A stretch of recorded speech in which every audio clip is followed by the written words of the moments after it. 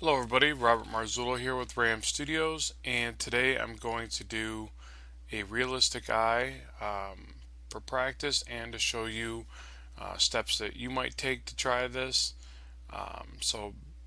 Just kind of watch. I'm going to time lapse it so you don't have to watch the entire process in real time.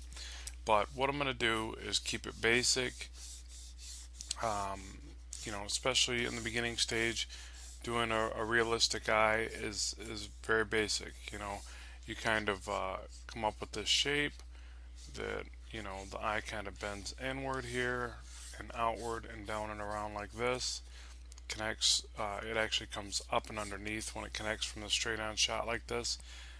You have the little bit of tissue right here that uh, kind of rounds out into there like that. And this shape, I always picture kind of a dove for some reason. I don't know why. I think it's just some shape that comes to mind when I draw this. Maybe like a side of a bird's head or something like that, kind of animated in that sense. I tend to draw more animated, so maybe that's why I see that. But just by putting these basic shapes together like this, you get the roundabout beginning of the realistic eye. Um, and then you can go from there and then make your stylized versions and do whatever you want to do to come up with something different from that. But essentially, to make a real eye, these are some of the shapes you'll use. And obviously it's look at reference for um, this kind of drawing or painting, and just keep practicing, see how close you can come to the real thing, and then from there you can make all the changes and cartoony effects that you want to do.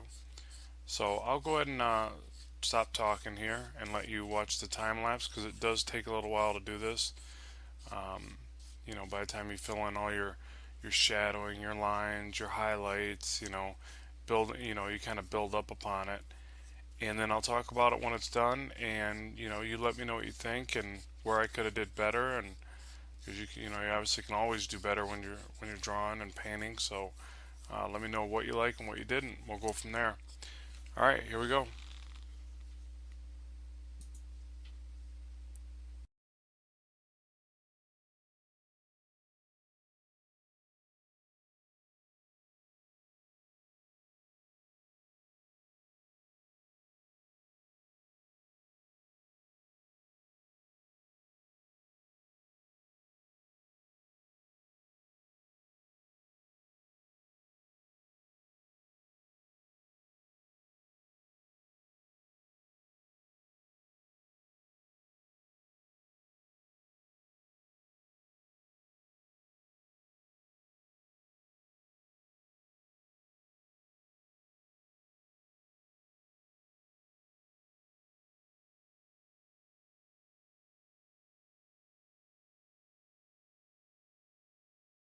Okay, I just wanted to slow down the video real quick and kind of explain my thought process here and what I'm trying to achieve.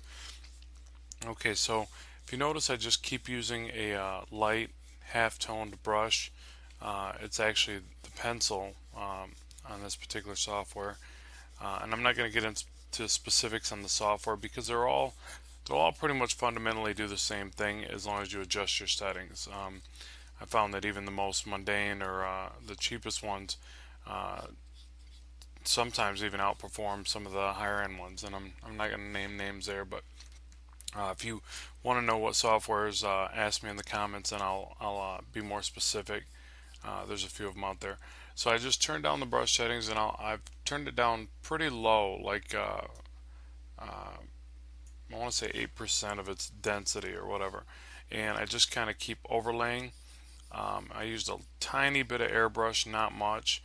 I'm more doing this like you would do, say, markers, where you would use gray washes of markers, or even like I guess more similar to a pencil and a blending stump. So you just kind of keep overlaying uh, shadow where you want your deeper tones to come out. And I haven't even really got to the highlights yet. The only highlights that you see in here are just what's left over from the white of the canvas. So then I'll come back through with my final darks for the eyelashes, highlights for the highlights in the eyes, I'm sorry, and that's kind of how I'll get it to really pop out. So I just wanted to kind of explain that it's really a simple process, and it's just, kind of brushing along and seeing, okay, maybe I need some shadow over here to bring this area out, and just kind of building upon it. It's always think in terms of like layers and varying layers of opacity and thickness. So alright, so I'll speed it back up. I just wanted to kind of explain that. It's a real simple process, but I figure that way. Oh, and keep in mind, I'm using two blending methods too. So I have one, because that always bothered me when I watched people do this, and I couldn't figure out how they were doing different subtle blending. I thought, and here I was using the same smudge smearing type blending the entire time.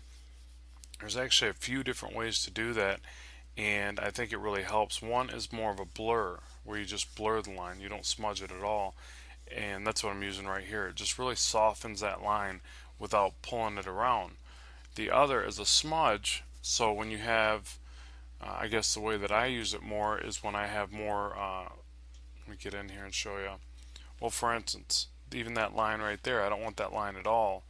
Well, I'll just smudge it around, and I'll move shadow or light and dark to a direction that I want it, more so than just blurring it. So that's one particular instance. The other is if you drop down a deep shadow and you want to really pull it into another area.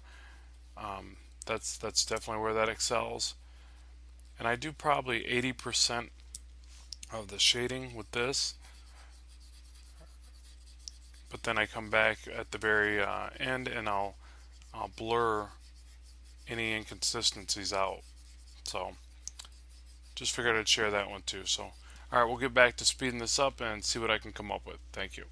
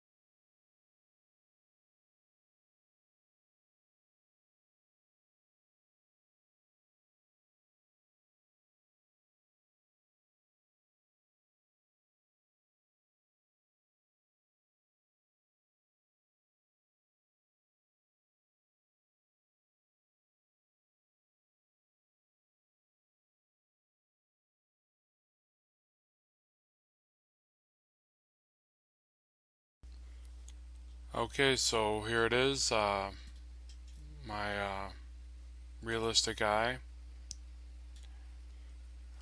Probably could take it a little bit further with some shadowing to bring it, to tone it down a bit.